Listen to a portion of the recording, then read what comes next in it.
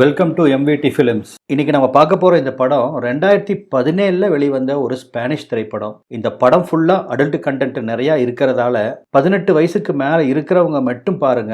இந்த படத்தோட ஒன்லைனர் சொல்லணும்னா, தங்கைய எக்கு தப்பா பார்த்த அண்ணாக்காரன் எப்படியாவது அந்த தங்கைய அடையணும் அப்படின்னு அவன் பிளான் பண்ணி அந்த பொண்ணை கார்னர் பண்றான். இதுதான் இந்த படத்தோட ஷார்ட்டஸ்ட் ஒன்லைனர். அண்ணன் பேரு ஆலிவர், தங்க பேரு அமெண்டா. ஆல்ரெடி நம்ம சேனல்ல சப்ஸ்கிரைப் பண்ணி லைக் போட்டு எனக்கு சப்போர்ட் பண்ற நண்பர்கள் அனைவருக்கும் ஒரு பெரிய நன்றி. படத்தோட ஆரம்பத்தில் பார்த்தீங்கன்னா ஆலிவரை காமிக்கிறாங்க. இவன் ஒரு அடல்ட் மூவி டைரக்டர். நியூயார்க்கில் நடந்த ஒரு பாராட்டு விழாவில இருந்து இப்போ ட்ரெயினில் ஊருக்கு திரும்பிட்டு இருக்கான். அவன் கூட இருக்கிறது அவனோட கேர்ள் ஃப்ரெண்டு கேரன். இவங்க ரெண்டு பேர்த்துக்குள்ள ஆல்ரெடி டேர்ம்ஸ் சரியில்லை. ரெண்டு பேரும் பிரேக்கப் பண்ணிக்கலாம் அப்படிங்கிற ஐடியாவில் தான் இருக்காங்க. அடுத்த அடல்ட் மூவி ஷூட் பண்ணுறதுக்காக சில ரெஃபரன்ஸ் எல்லாம் ஆன்லைனில் தேடிட்டு இருக்கான். அந்த சமயத்தில் தான் ஒரு பொண்ணோட கிளிப் இவன் கண்ணில் படுது. பாய் ஃப்ரெண்டு கூட அவன் ரொம்ப இன்டிமேட்டாக இருக்கா. ஆலிவருக்கும் அது பிடிச்சி போக அந்த வீடியோவே திரும்ப திரும்ப பல தடவை பார்க்குறான். அந்த வீடியோவில் இருக்கிற பொண்ணை இவன் இதுக்கு முன்னாடி எங்கேயோ பார்த்துருக்கான். இப்போ முகத்தை ஜூம் பண்ணி பக்கத்தில் பார்க்கும்போது தான் அவனுக்கு தெரியுது இது அவனோட தங்கச்சி அமெண்டா அப்படின்னு. சரி, தங்கச்சின்னு தெரியாம பார்த்துட்டான். இப்போ தங்கச்சின்னு தெரிஞ்சிருச்சு இல்லையா, அந்த வீடியோ விட்டு வெளியே வர வேண்டியதானே. ஆனா ஆலிவரை பார்த்தீங்கன்னா தங்கச்சின்னு தெரிஞ்சதுக்கு அப்புறம் தான் இப்போ அதை பல தடவை திரும்ப திரும்ப பார்க்க ஆரம்பிக்கிறான். அமெண்டா இவ்வளவு பேரழகியா இருப்பா அப்படின்னு அவன் நினைச்சு கூட பார்க்கல. இப்போ அமெண்டாவை மீட் பண்ணணும் அப்படின்னு முடிவு பண்ணி ஸ்பெயினுக்கு வரான். அங்கதான் அமெண்டா அவன் அம்மா கூட தங்கியிருக்கா. அவ படிக்கிற காலேஜை தெரிஞ்சுக்கிட்டு இப்ப காலேஜ் அவளுக்காக வெயிட் பண்றான். முதல்ல அமெண்டாக்கு இவன் யாருன்னே தெரியல. இவனாக அறிமுகப்படுத்தினதுக்கு அப்புறம் தான் தன்னோட அண்ணன் வந்திருக்கான் அப்படிங்கிறது அமெண்டாக்கு புரியுது. அவ லைஃப்லயே இதுதான் பெரிய சர்ப்ரைஸ் அப்படின்னு சொல்லி ரொம்ப சந்தோஷப்படுறா. கார்ல வீட்டுக்கு போகும்போது தன் கூடவே வந்து தங்கிக்கிறதுக்கு அமெண்டா அவனை கூப்பிடுறா. ஆனா ஆலிவர் மறுத்துறான். அவங்க அம்மா கூட ஏற்பட்ட மனஸ்தாபத்துல தான் இவன் ஸ்பெயின்ல இருந்து அமெரிக்காவுக்கு போயிருப்பான். என்ன இவ்வளவு வருஷம் கழிச்சு என்ன பார்க்க வந்திருக்க அப்படின்னு அமெண்டா கேட்க, 4-5 நாளா உன்னை பார்த்துட்டே இருக்கணும் போல எனக்கு தோணுச்சு, அதுதான் வந்தேன் அப்படின்னு தோலை குலுக்குறான். ஆனா அவனோட உண்மையான இன்டென்ஷன் என்ன அப்படிங்கிறது அமெண்டாக்கு தெரியாது. வீட்டுக்கு வந்து இறங்கின ஆலிவர் பக்கத்துல தான் என் ஃப்ரெண்டோட ரூம்ல நான் தங்கியிருக்கேன், கிளம்புறேன்னு சொல்லும்போது, இந்த என் காரை யூஸ் பண்ணிக்கோ, உனக்கு கண்டிப்பா தேவைப்படும் அப்படின்னு அவ கீ அவனை கொடுக்குறா. மத்தியானம் லஞ்சுக்கு வீட்டுக்கு தான் வரணும் அப்படின்னு காலையிலேயே அமெண்டா ஃபோன் பண்ணி சொல்லிடுறா. அதனால வேற வழி இல்லாம ஆலிவரும் இப்ப அமெண்டாவோட வீட்டுக்கு போறான். என்ன தலையெல்லாம் இவ்வளவு பரட்டையா வச்சிருக்க, கொஞ்சம் ஸ்டைலிஷா இருக்க வேண்டாமான்னு சொல்லி அவனுக்கு ஹேர் கட் எல்லாம் பண்ணி விடுறா. அந்த சமயத்துல தான் கிச்சன்ல ஹெல்ப்புக்காக ஜூலியா அமெண்டாவை கூப்பிட அமெண்டாவும் அங்கிருந்து போறா.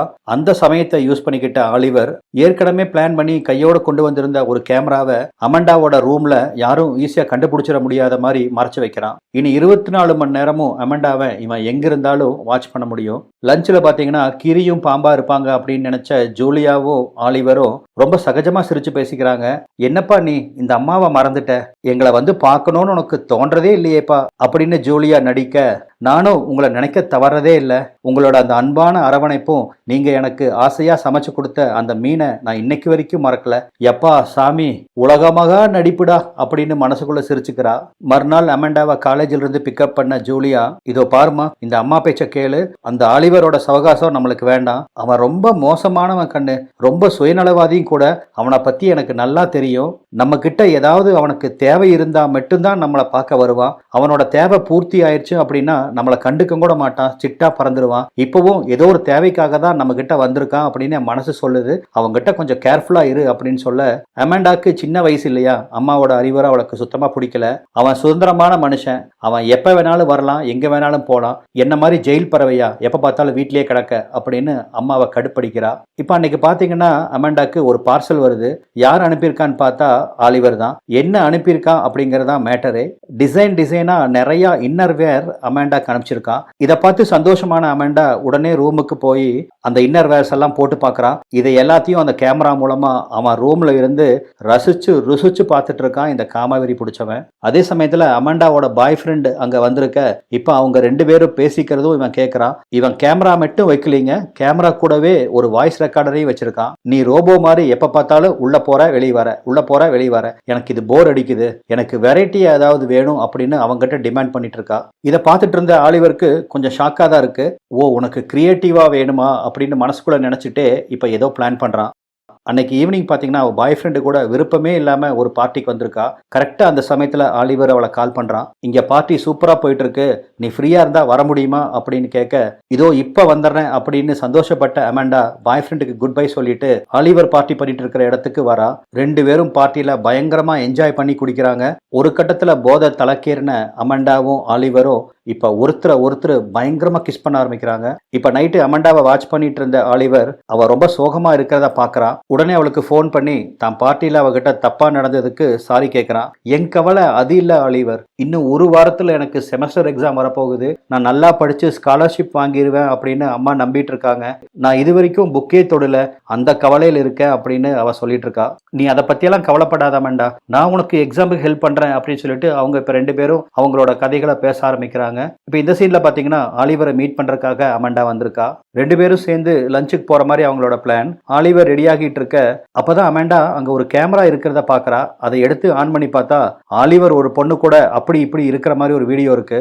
இதை பார்த்து அமாண்டாக்கு ரொம்ப சர்ப்ரைஸா இருக்கு. இப்ப ரெண்டு பேரும் லஞ்சில் அமாண்டாவோட பாய் ஃப்ரெண்டை பத்தி டிஸ்கஸ் பண்ணிட்டு இருக்காங்க. என் பாய் ஃப்ரெண்டுக்கு நான் எப்பவுமே அவன் கண்ட்ரோல்ல இருக்கணும் அப்படின்னு விரும்புறான், ஆனா எனக்கு உன்ன மாதிரி இண்டிபெண்டா ஜாலியா இருக்கணும் அப்படின்னு தான் விருப்பம் அப்படின்னு சிரிக்கிறா. அப்பதான் கேட்கலாமா வேண்டாமான்னு யோசிச்ச அமாண்டா பட்டுன்னு கேட்டுறா. அந்த கேம் கார்டர்ல யாரோ ஒரு பொண்ணு கூட நீ இன்டிமேட்டா இருந்தியே, அது யாரு அப்படின்னு கேட்க, பார்த்துட்டியா, அது என்னோட கேர்ள் ஃப்ரெண்டு தான் அப்படின்னு அவன் சிரிக்கிறான். நாங்கள் இந்த மாதிரி நிறைய வீடியோஸ் வச்சிருக்கோம், அது ஒரு தனி எக்ஸைட்மெண்ட் தெரியுமா அப்படின்னு சொல்ல, அப்படியா அப்படின்னு அப்பாவியா அமாண்டா கேட்குறா. ஏன் நீ உன் பாய் ஃப்ரெண்டு கூட எந்த வீடியோவும் இது வரைக்கும் எடுத்தது இல்லையான்னு கேட்க, நான் எடுத்ததில்லை, ஆனால் என்னோட எக்ஸ் பாய் ஃப்ரெண்டு ஒரு தடவை வீடியோ எடுத்தான், ஆனால் அந்த வீடியோ அவங்ககிட்ட தான் இருக்கு, என்கிட்ட இல்லை அப்படிங்கிறா ரொம்ப அப்பாவியா. லஞ்சுக்கு அப்புறம் அமாண்டாவை வீட்டுக்கு கூட்டிட்டு வந்த ஆலிவர் இப்போ வரைக்கும் அமாண்டாக்கு தெரியாம அவளை ஸ்பை பண்ணி எடுத்த அந்த வீடியோஸ் எல்லாம் அவளுக்கு போட்டு காமிக்கிறான். இதை பார்த்து அமாண்டா ரொம்ப அதிர்ச்சி அடைகிறா.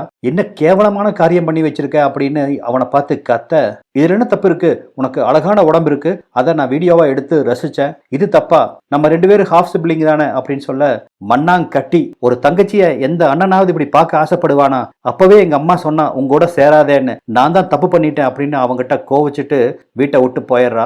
நாட்கள் உருண்டோட ஆரம்பிக்குது. அன்னைக்கு கோவிச்சுட்டு வந்த அமாண்டா இன்னைக்கு வரைக்கும் ஆலிவருக்கு ஃபோன் பண்ணி ஒரு வார்த்தை கூட பேசல. அந்த சமயத்துல தான் நேட்டலி கூட சன்பாத் எடுத்துட்டு இருந்த போது, எனக்கு உங்க அண்ணனை ரொம்ப பிடிச்சிருக்கு, அவனுக்கு என் மேல இன்ட்ரெஸ்ட் இருக்கான்னு கேட்டு சொல்றியா அப்படின்னு நேட்டலி கேட்க, ஏற்கனவே அவன் மேல பயங்கர கடுப்புல இருக்கா, அவனை பத்தி மட்டும் என்கிட்ட பேசாத அப்படின்னு சொல்லிடுறா. அன்னைக்கு நைட்டு பாத்தீங்கன்னா அவ ரூமுக்குள்ள இவன் எங்க ஸ்பை கேமரா வச்சிருக்கான் அப்படின்னு தேடி பாக்குறா. அந்த ஸ்பை கேமராவை அமாண்டா கண்டும் பிடிச்சிடுறா. ஆனா பாத்தீங்கன்னா அந்த கேமராவை எடுக்கல, அதை அப்படியே விட்டுட்டா. மறுநாள் அவ பாய் ஃப்ரெண்டை வீட்டுக்கு வர சொல்லி அந்த கேமரால தெரியறபடி ரெண்டு பேரும் இன்டிமேட்டா இருக்க ஆரம்பிக்கிறாங்க. கழுகு போல இதுக்கு காத்துட்டு உட்கார்ந்து இருந்த ஆலிவரும் அதை ரசிச்சு பார்த்துட்டு இருக்கான். அவன் பார்க்கணும் அப்படின்னு வேணுன்ட்டே அமாண்டா பண்றா அப்படிங்கிறது ஆலிவருக்கு புரியுது. அவனால அவன் தங்கையை அந்த மாதிரி பார்க்காம இருக்க முடியல, அவனோட ஆசையும் அடக்க முடியல. அதனால என்ன பண்றான்னு பாத்தீங்கன்னா அவளோட வீடியோஸை ஆரம்பத்திலிருந்து ஒவ்வொன்றா திரும்ப திரும்ப திரும்ப போட்டு போட்டு பார்த்துட்டு இருக்கான். இவனுக்கு மென்டலாக ஏதோ ப்ராப்ளம் இருக்கும் போல இருக்கு. இப்போ இந்த நிகழ்ச்சிக்கு அப்புறம் உடனடியாக அமாண்டாவை பார்க்கணும்னு எனக்கு தோணுது. எப்படியோ அவகிட்ட ஃபோனில் கன்வின்ஸ் பண்ணி இப்போ ரெண்டு பேரும் ஒரு இடத்துல மீட் பண்ணிக்கிறாங்க. அமாண்டா பர்பஸாகவே அவள் பாய் ஃப்ரெண்டை கூப்பிட்டு வந்திருக்கா. இந்த மூணு பேர் ஒரு இடத்துல உட்காந்து பேசிட்டு இருக்க, சரி கொஞ்சம் ஒதுங்கலாம் அப்படின்னு அமாண்டா ஒரு தனியான இடத்துக்கு போக, எப்படியாவது இன்னைக்கு அமாண்டாவை அனுபவிச்சாகணும் அப்படிங்கிற வெறியில் இருந்த ஆலிவர் அவளை ஃபாலோ பண்ணிட்டே பின்னாடி போறா. அது ஒரு காட்டு பகுதிங்கிறனால சுத்தி முத்தி மக்கள் யாரும் இல்லை. அமாண்டாவோட பாய் ஃப்ரெண்டு வேற ஏதோ எடுக்கணும்னு சொல்லி காருக்கு போயிருக்கான். இதுதான் சமயம்னு சொல்லிட்டு அங்க போய் அமாண்டாவை பலவந்தப்படுத்த ஆரம்பிக்கிறான். ஆரம்பத்துல மறுத்த அமாண்டா அதுக்கப்புறம் அவனுக்கு ஒத்துழைக்க ஆரம்பிக்கிறான். அந்த சமயத்துல காருக்கு போன பாய் ஃப்ரெண்டு வந்து இதையெல்லாம் பார்த்துட்டு ஒன்னும் பேசாம வந்த வழியா திரும்பி போயிடுறான். அன்னைக்கு நைட்டு பாத்தீங்கன்னா திருப்பியும் கார்ல ரெண்டு பேரும் இன்டிமேட்டா இருக்க ஆரம்பிக்கிறாங்க. எல்லாம் முடிஞ்சதுக்கு அப்புறம் அமாண்டாக்கு மண்டையில இது தப்பு அப்படின்னு ஸ்ட்ரைக் ஆகுது. நம்ம பண்றது ரொம்ப தப்பு இல்ல அப்படின்னு ஆலிவர்கிட்ட அவ கேட்க, இந்த இதுல ரெண்டு பஃப் அடி, நம்ம பண்ணனது தப்பு இல்ல அப்படின்னு உனக்கு புரியும் அப்படின்னு அவன் கையில வச்சிருக்கிற சிகரெட்டை எடுத்து கொடுக்க, அதுக்குள்ள எதையோ போயிட்டு ஃபில்அப் பண்ணி வச்சிருப்பான் போல இருக்கு. அதை ரெண்டு பஃப் அடிக்கவும் அமாண்டா ரொம்ப ரிலாக்ஸ் ஆகுறா.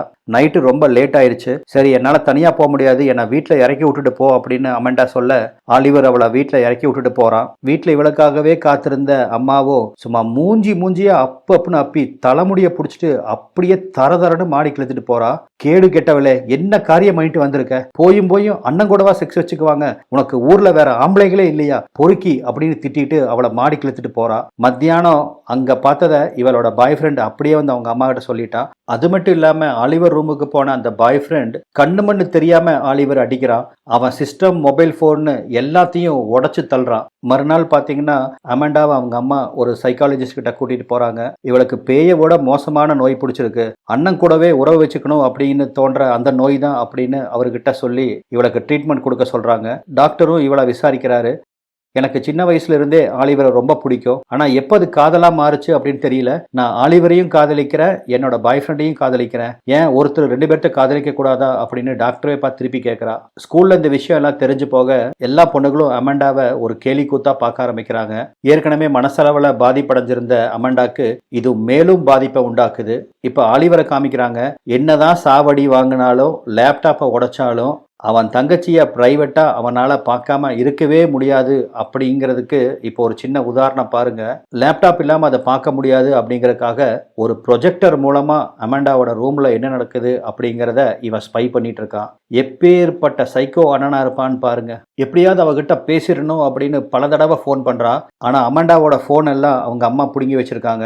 ஆரம்பத்துல இந்த நாய் கூட பேசுறதும் கூட பாவம் அப்படின்னு நினைச்சவங்க இவன் அடிக்கடி கூப்பிட்டு தொல்லை பண்ணிட்டு இருக்கிறத பார்த்து தாங்க முடியாம ஃபோன் அட்டன் பண்ணி, இதோ பார், இன்னொரு தடவை என் பொண்ணு வாழ்க்கையில குறுக்கிட்டேன்னா நான் ஜெயிலுக்கு போனாலும் பரவாயில்லன்னு சொல்லி உன்னை வெட்டி வீசிடுவேன். இதோட சரி, நீ மரியாதையா உன் ஊருக்கு போய் சேரு அப்படின்னு அவங்க பயங்கரமா கோபத்துல கத்துறாங்க. நியாயம்தானே? எந்த அம்மானாலதான் இந்த விஷயத்தை தாங்கிக்க முடியும் சொல்லுங்க? அமெண்டா கிட்டத்தட்ட ஒரு பைத்தியக்காரி மாதிரி மாறிட்டு வரா பாருங்க. தனியா டென்னிஸ் விளையாண்டுருக்கா பாருங்க. அப்புறம் ரூமுக்குள்ள போய் அடைஞ்சு உட்காந்துக்கிறா. யாரு கூட பேசுறது இல்ல, எந்த ஃப்ரெண்ட்ஸும் வீட்டுக்கு வர்றதுக்கு அலோவ் பண்றது இல்ல, ஸ்கூலுக்கும் போறது இல்ல, டெய்லி சைக்காலஜிஸ்ட போய் பாக்குறது, திருப்பி வீட்டுக்கு வர்றது. அன்னைக்கு செஷன்ல அப்படிதான் சைக்காலஜிஸ்ட் கேட்கிற கேள்விக்கெல்லாம் இவ பதில் சொல்லிட்டு இருக்கா. சின்ன வயசுல இருந்தே எனக்கு ஆலிவர் மேல ஒரு அட்ராக்ஷன் இருந்துச்சு. ஆனா அவன் கூட செக்ஸ் வச்சுக்கணும்னு நான் நினைச்சதே இல்ல. இருந்தாலும் ஆலிவர் என் கூட இன்டிமேட்டா இருக்கும்போது என்னால கண்ட்ரோல் பண்ண முடியல. என்னோட சம்மதத்தின் பேர்ல தான் அதெல்லாம் நடந்துச்சு அப்படின்னு அவர்கிட்ட சொல்லிட்டு இருக்கா. இப்ப அம்மா கூட கார்ல வீட்டுக்கு வந்துட்டு இருக்கும்போது தான் ஒரு இடத்துல அவங்க அம்மா காரை ஸ்லோ பண்ணவும் கார்ல இருந்து எகிரி குதிச்சு ஆலிவரை பாக்குறதுக்காக வேகமா ஓடுறா.